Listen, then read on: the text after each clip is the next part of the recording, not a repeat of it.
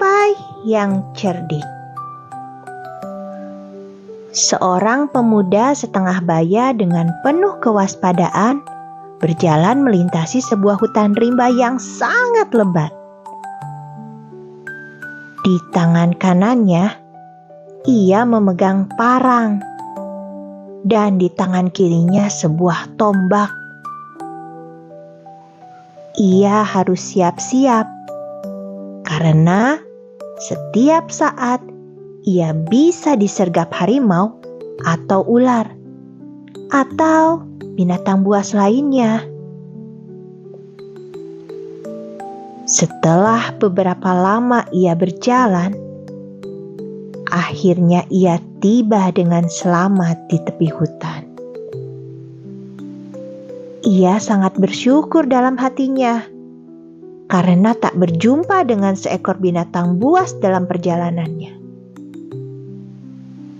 Tetapi baru saja ia hendak melangkah keluar hutan, tiba-tiba ia mendengar suara cabang pohon di atas kepalanya berdengit. Dengan sigap, ia meloncat ke samping dan menyiapkan tombaknya. Ketika ia menengadahkan kepala, dilihatnya seekor ular besar terjepit ekornya di antara dua cabang pohon yang saling bertindihan. Dengan susah payah, ular tersebut berusaha menggeliat kian kemari untuk melepaskan ekornya. Namun sia-sia. Begitu ular itu melihat si pemuda, ia memohon, "Tolonglah aku, sahabat. Ekorku terjepit ketika aku sedang melata melalui dahan terkutuk ini." "Bagaimana aku bisa menolongmu?" tanya si pemuda. "Dengan tangkai tombakmu itu, engkau dapat mengangkat dahan yang sebelah atas, sehingga cukup longgar bagiku untuk meloloskan ekorku," jawab ular. "Baiklah, aku akan menolongmu," kata si pemuda. "Tetapi engkau harus berjanji, setelah engkau lolos, engkau tidak akan membunuhmu." "Tidak usah takut, aku berjanji tidak akan membunuhmu," jawab sang ular. Pemuda itu lalu mendorong dahan kayu yang sebelah atas dengan tangkai tombaknya. Begitu celah antara kedua dahan kayu membesar, ular dengan cepat menarik ekornya sehingga bebas. "Tolong sandarkan tombakmu ke dahan ini agar aku dapat melata turun," kata ular lagi. Pemuda itu dengan senang hati menolongnya lagi. Tetapi ternyata ular itu bukannya mau merayap turun ke tanah. Sesampainya di batas bahu si pemuda, ia membelokkan tubuhnya dan segera melilit leher serta tubuh si pemuda. "Hai, mengapa engkau membelit aku?" teriak si pemuda terkejut. "Karena aku akan menelanmu, hai manusia," jawab ular dengan tenang. "Bukankah tadi engkau sudah berjanji tidak akan membunuhku?" "Benar. Tetapi ketika aku berjanji tadi, aku sedang di atas pohon. Kini aku sudah menjejaki bumi.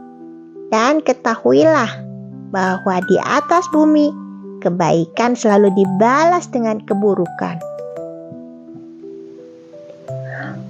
Pemuda itu berpikir bagaimana caranya untuk menyelamatkan diri. Baik ular, kau boleh membunuhku. Tetapi sebelumnya sebaiknya kita tanyakan dulu pendapat 3 teman yang lain. Usul pemuda itu.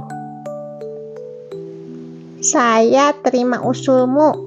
Marilah kita segera mulai, kata ular.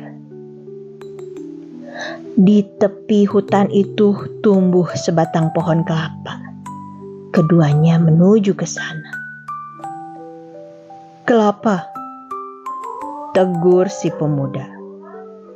Saya dan ular meminta pendapatmu. Tadi saya menolong ular ini ketika ia terjepit di antara 2 dahan kayu. Sesudah kutolong, ia lalu membelitku dan hendak membunuhku. Karena katanya di atas bumi ini, kebaikan selalu dibalas dengan keburukan. Bagaimana pendapatmu? Tentu saja ular itu benar, jawab kelapa. Coba lihat keadaanku. Manusia yang lelah dalam perjalanan selalu berteduh dan melepaskan lelah di bawah naunganku. Tetapi mereka bukannya berterima kasih sebagai balasan atas kebaikanku.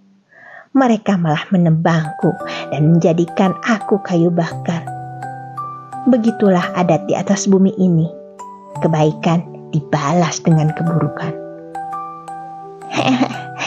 Kau dengar? Tanya ular kepada si pemuda sambil menguatkan lilitannya. Tak jauh dari pohon kelapa itu ada sebuah sungai kecil. Pemuda dan ular berjalan menuju ke sana. Kembali si pemuda mengajukan pertanyaan kepada sungai seperti kepada pohon kelapa. Ular itu benar, kata sungai. Aku juga mengalami hal yang sama. Manusia yang lelah dan haus dalam perjalanan biasanya mampir kepadaku. Mereka melepaskan dahaganya dan sering mandi di sini. Tapi apa balasan mereka? Segala sampah, barang-barang kotor, seenaknya dibuang ke airku yang bening dan bersih. Karenanya, pantaslah kalau engkau hendak dibunuh oleh ular itu. Di bumi ini, kebaikan selalu dibalas dengan keburukan. Ayo ular, santaplah manusia yang menolongmu, kata sungai. Ular lalu membelit leher pemuda dengan kuat, sehingga pemuda itu hampir saja tidak bisa bernapas.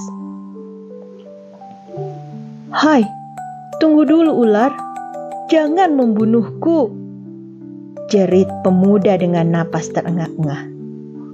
Kita harus mendapatkan satu pendapat lagi.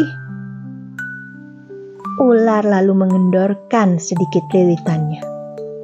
Baik, tetapi cepat sedikit. Aku sudah ingin sekali menelanmu, kata ular. Itu, di sana ada tupai.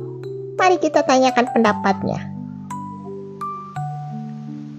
Pemuda itu berjalan dengan lesu ke arah tupai. Tinggal satu harapannya. Kalau tupai juga sependapat dengan ular, habis riwayatnya. Tupai yang gembira meloncat kian kemari bertanya dengan heran. Aneh benar, mengapa engkau membelit manusia itu? Tanyakan kepadanya, jawab ular. Sekali lagi pemuda itu menceritakan hal ihwalnya kepada tupai. Tupai itu lalu melihat kepada ular dan pemuda dengan berganti-ganti. Ya, persoalan ini cukup berat untuk diputuskan, kata tupai sambil mengangguk-angguk. Sebaiknya kalian berdua mengulangi kejadian yang diceritakan tadi di tempat semula.